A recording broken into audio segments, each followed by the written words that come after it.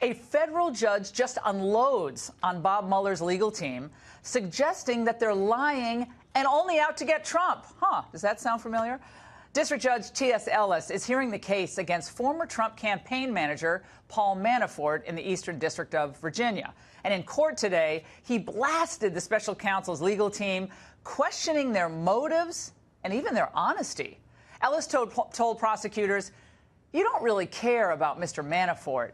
You really care about what information Mr. Manafort can give you to lead you to Mr. Trump and an impeachment or whatever." The judge demanded to see the so-called scope memo outlining the range of Mueller's Russia probe. And when prosecutors objected it is unrelated material, Ellis retorted, "I'll be the judge of that." And then he added, "We don't want anyone in this country with unfettered power. It's unlikely you're going to persuade me the special prosecutor has the power to do anything he or she wants. The American people feel pretty strongly that no one has unfettered power." Well, a delighted President Trump broke news of the hearing to the NRA annual meeting in Dallas this afternoon. A highly respected judge in Virginia made statements. It says, Wall Street Journal, it says, "Judge questions Mueller's authority to prosecute Manafort." Judge T.S. Ellis, who is really something very special, I hear from many standpoints, he's a respected person, suggested the charges before the U.S. District Court for the Eastern District of Virginia were just part of the Mueller team's designs to pressure Mr. Manafort into giving up information on President Donald Trump or others in the campaign. I've been saying that for a long time. It's a witch hunt. Well, let's review these developments with House Intel Committee Chairman Devin Nunes. We have a lot to talk about with him. Chairman Nunes, it's good to see you. T.S. Ellis, I know very well. He is a senior judge in the Eastern District of Virginia. I remember a long time ago I interviewed with him. I think I even argued a case before him at one point. Very well respected, appointed by President Reagan back in 1987. But he was brutal on the counsel who was arguing the case, Michael Dreeben, who is the basically a deputy solicitor general who's now in the Mueller office. What were your thoughts on his comments about how this is really outside the scope of the Mueller authority? I was astonished by the comments the judge made today, although it's not surprising. Everything in this case, Laura, has just gone off the rails.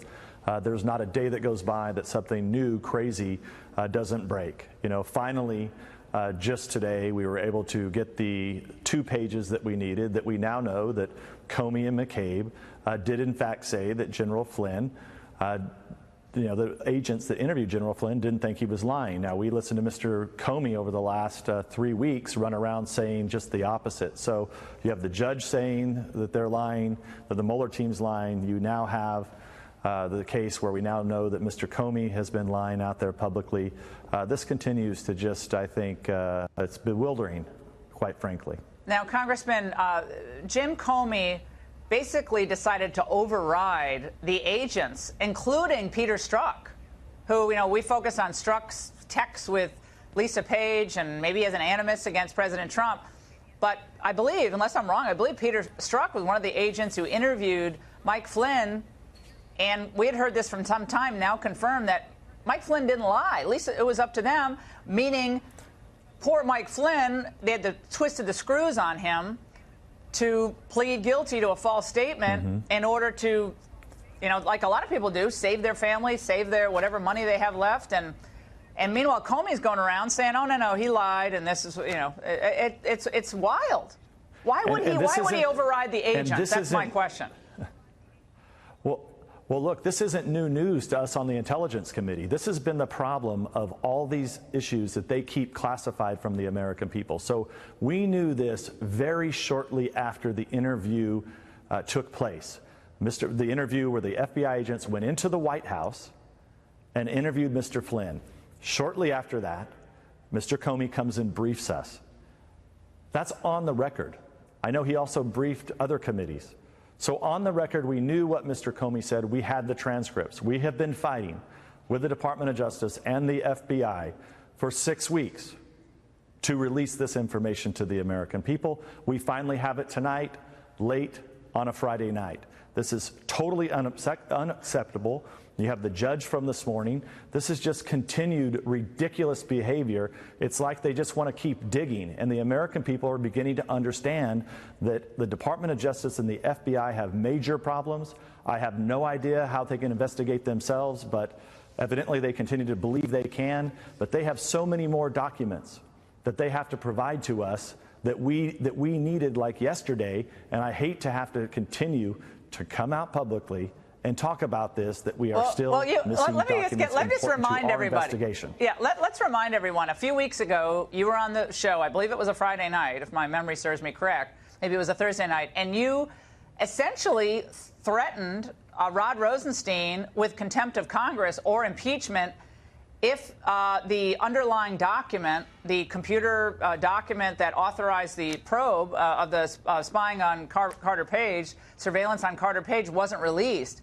He did finally then release that, Congressman Nunes. However, now you're getting slammed in response by CNN and now others that you ask for these documents, and then you, Devin Nunes, have a staffer read them. You don't read them. So how serious are you? You just want to help the president. You're not even reading the documents. What about that CNN report that came out today?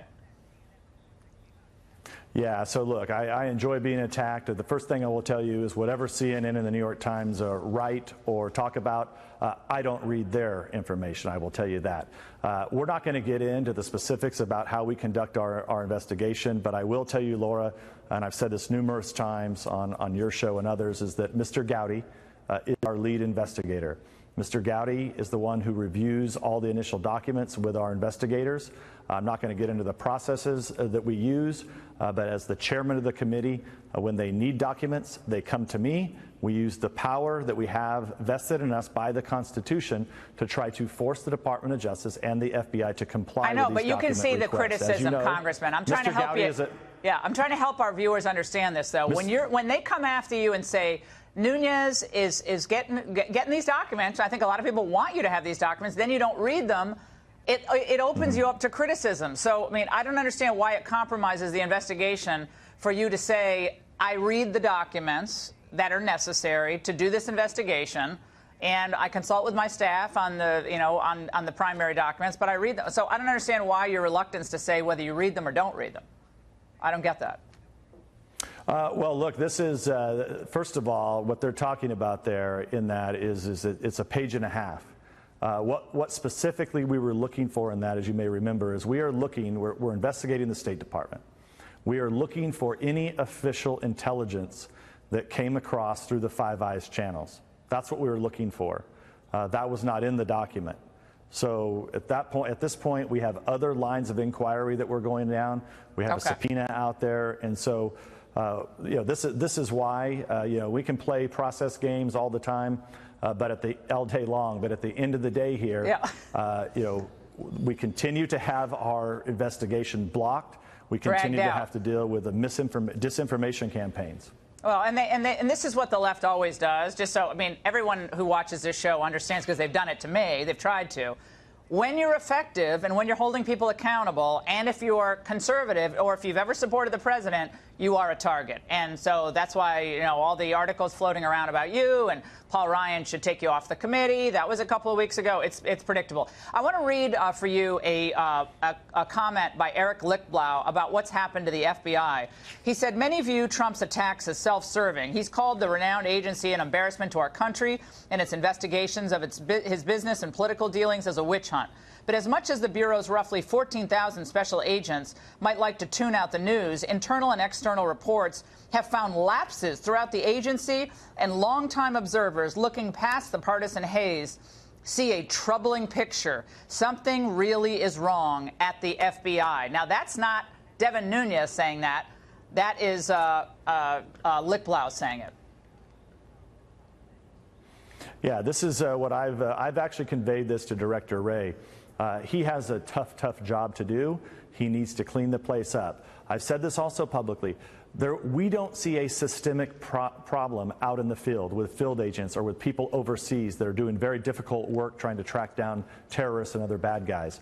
Where we do see a problem is in Washington, D.C. Now, to Director Wray's credit, you have seen many of the Comey-era people have been excused. That's a good sign. Good. What would be even better is if Director Wray made sure that we get this information that we need in a timely manner.